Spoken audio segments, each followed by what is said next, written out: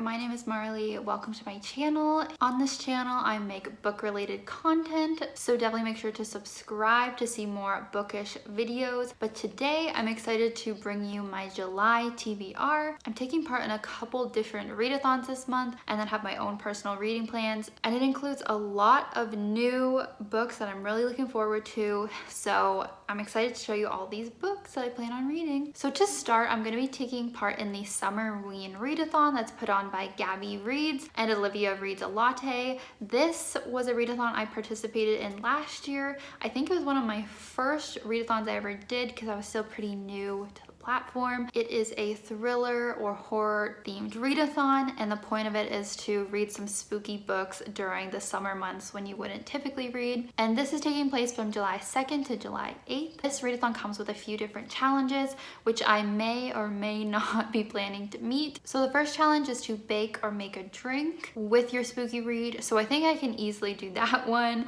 The second challenge is to read a book in the dark, which I may or may not do as I don't really listen to audiobooks, so I do need some sort of light, but I'll try and read, at nighttime to accomplish this prompt. The third challenge is to read a paranormal book. The fourth one is to read a horror book. And the fifth challenge is to read a book with orange or black on the cover, or even both. So from my TBR for this readathon, one of the books I want to read is The 7.5 Deaths of Evelyn Hardcastle by Stuart Turton. This is a book I have heard quite a few people mention, and I just think that the premise sounds so good. Since I'm not super familiar with it though, I'm just gonna read it out off Goodreads so you guys can see.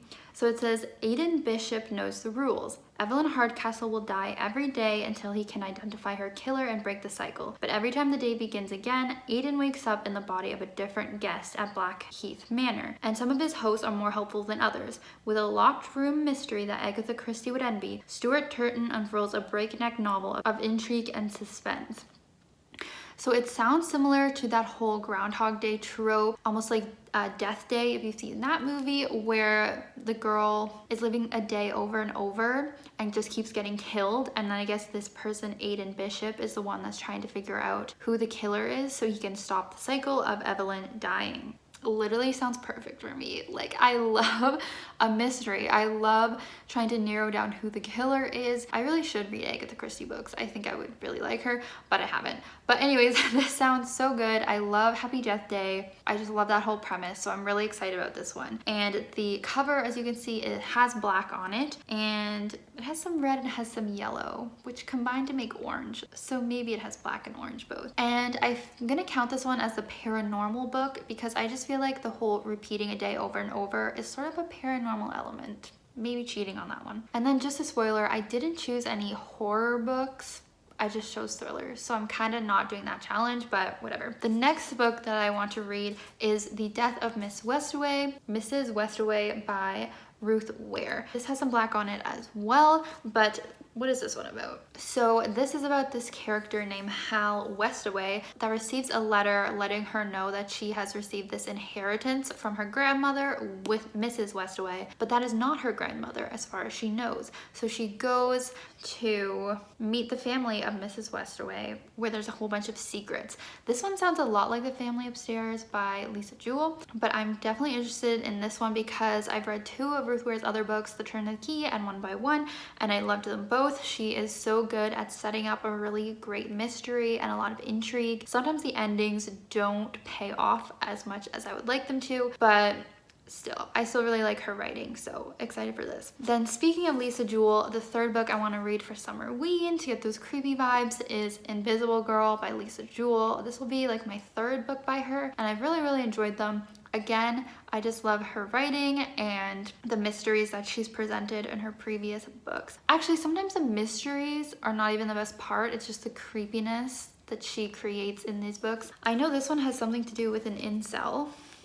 I think there is a man who gets fired from his job for doing something inappropriate with a teenager, and then he goes online to seek advice and sort of becomes an incel, if you guys know what that is. I don't know a ton about the incel world, obviously, so that should be interesting to read about. And then I think there's some sort of disappearance as well, as there always is with Lisa Jewell. So super excited about the week of Summerween. I love thriller books. I really do. So the next readathon I'm going to participate in is the Tarot Readathon, which has a number of different hosts. So I'll put them in the description, or I'll put a link to their Google Doc, which has a lot of info in there. I feel like this readathon was made for me as someone who is very into tarot and astrology. If you guys are subscribed, you've probably seen some of my tarot-esque videos on the channel. I'll definitely link them somewhere so you can check them out. So this readathon is one that has like a little bit more rules than some of the other ones. So you basically pick a team to be part of, and then you'll get points for that team. So I'm going to be choosing the Swords team because that is the deck of cards that's related to air signs, and I'm an air sign, so I just thought I would be loyal in that way. But it's really cool because you basically do a little reading for yourself and pick out as many cards as you want for as many books that you want to read. So I already pre-filmed that. I'll probably include it in here of me shuffling the cards and then picking out my cards so you guys can see which ones I got. I used my little cat tarot deck that I have, which I think is really cute, so I'll insert that clip now.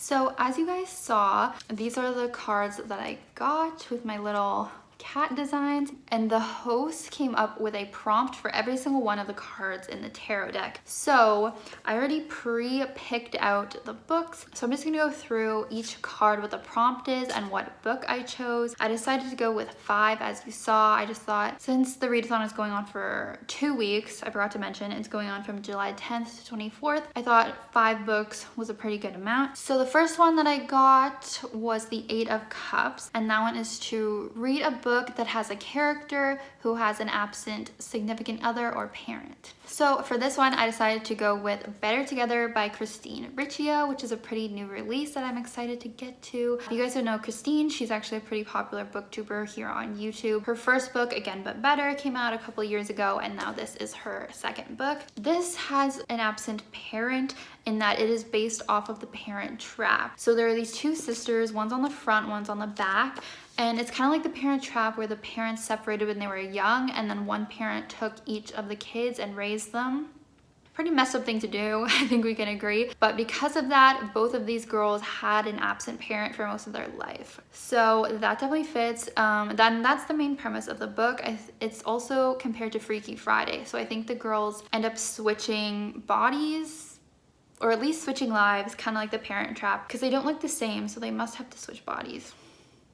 Just guessing here. So yeah, just like her other book, it's a contemporary that also has a little bit of like magic involved. So this should have some good sisterly moments, some romance, some coming of age, that kind of thing. The other card I got was the 7 of Cups. I ended up getting a lot of cups, so I feel like I didn't shuffle the cards well enough because it is a pretty new deck, but honestly that's fine because I like the cups. They normally have to do with love and relationships and stuff, so that's fine. This prompt specifically says to read a book with multiple love interests. So I decided to go with One to Watch by Kate Stayman London. This one should have multiple love interests as it follows our main character who is a plus size girl, and she gets pretty fed up with how The Bachelor, or the book's version of The Bachelor show, only has like skinny people being the bachelorette or the bachelor. So I think she writes some sort of letter or makes some sort of social post, and so the show ends up reaching out to her to be their first plus-sized bachelorette. So I've definitely heard about this one a lot for a while now. It must have came out like last year or something, and I think I've heard a little bit of mixed reviews, but I'm definitely excited to read it just based on the premise. I'm not a Bachelor girl. I used to watch Bachelor when I was younger, but I really just hate the show, and I refuse to watch it now because we don't have to get into it, but it just is very like repetitive. and boring to me and like clearly all set up by the producers and fake whatever, but I'm excited to read about the situation. And so our main character should have a lot of love interest as she's the bachelorette. Then we have the Four of Cups, another cup, and this is to read a book you've been meaning to get to but just haven't had the time to. So that book for me is going to be Pumpkin by Julie Murphy. This is a companion novel with Dumplin' and Pudding, which I've read both of those. It's very cute. It came out like in time for Pride. The spine's really cute with the rainbow. This came out a while ago, a few weeks ago. I got it. It looks like it's gonna be super short, sweet read. I really should have read it for Pride because hello, but I didn't. So this is one that I definitely want to prioritize considering this prompt. If you guys don't know what this series follows, it follows some people who have some sort of unique thing about them where there is some like prejudice against them, whether it's because they are plus sized or whether they're gay or something like that. I think this character is someone who does drag. Yeah, Waylon Russell Brewer is a fat, openly gay boy stuck in the small town of West Texas, town of Clover City.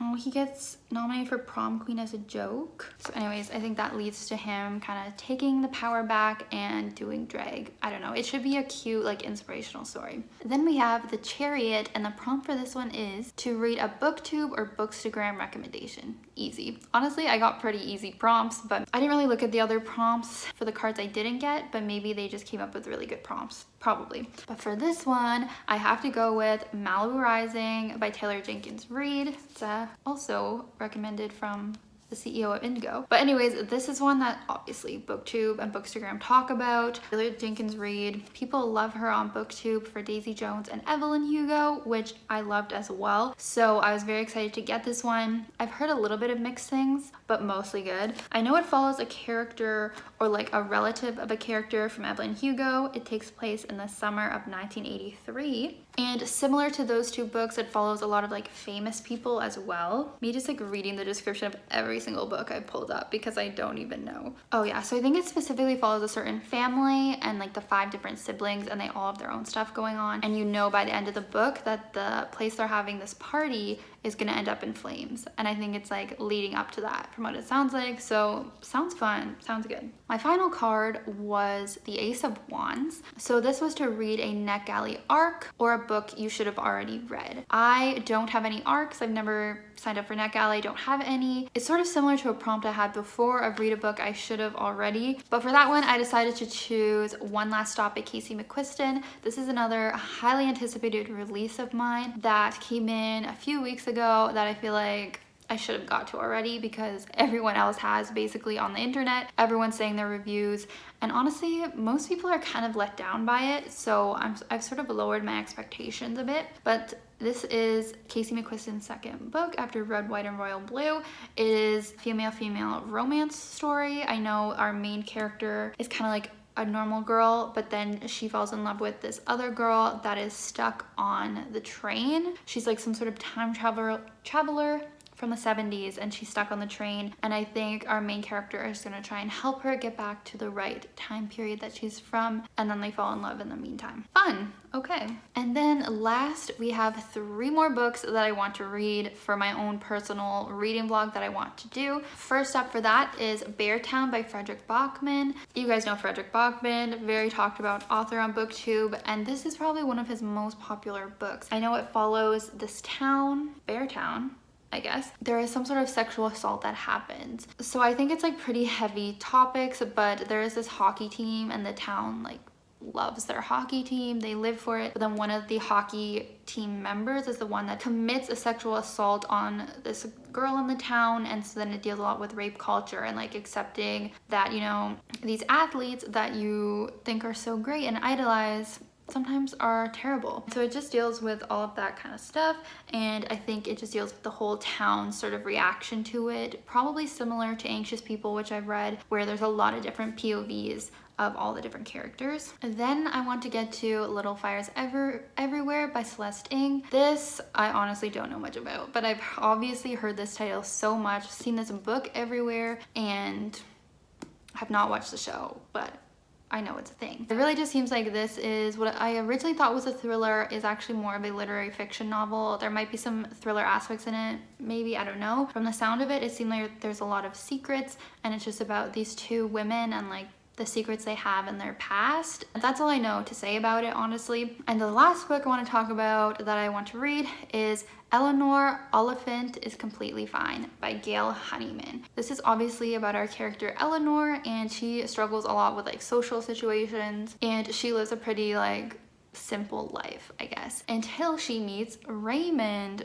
And then I think it's this little romance that deals with these really like quirky characters and maybe like a growth and like a character arc for Eleanor. This one sounds pretty cute, probably not super mind-blowing, but yeah. All right, so that's the end of my July TBR. How many books is this? I think it's 11 again. I guess that's kind of been my number for the last couple months. Very excited about these books. A lot of new releases, a lot of hyped books, and getting through a lot of my physical TBR, so I'm happy about that. Let me know if you're taking part in these readathons, and definitely make sure to subscribe so you can see the reading vlogs for all of these books that I just talked about. Hopefully I did a decent job explaining them, because I realized I didn't know a ton about them once I got to talking about them. Anyways, thanks for watching, and I'll see you guys in my next video. Bye!